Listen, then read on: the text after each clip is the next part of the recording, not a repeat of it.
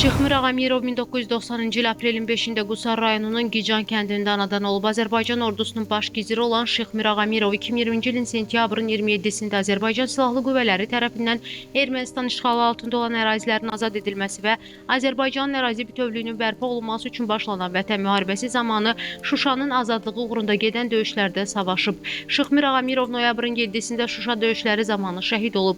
Qusar rayonunda Gican kəndində dəfn olunub. Azərbaycanın ərazi bütövlüyünün təmin edilməsi uğrunda döyüş əməliyyatlarına qatılan və hərbi hissə qarşısında qoyulmuş tapşırıqların icrası zamanı vəzifə borcunu şərəflə yerinə yetirdiyi üçün Azərbaycan Prezidenti İlham Əliyevin sərəncamlarına görə Şıxmir Ağamirov ölümündən sonra Vətən uğrunda Şuşanın azad olunmasına görə və döyüşdə fərqlənməyə görə medalları ilə təltiflənib.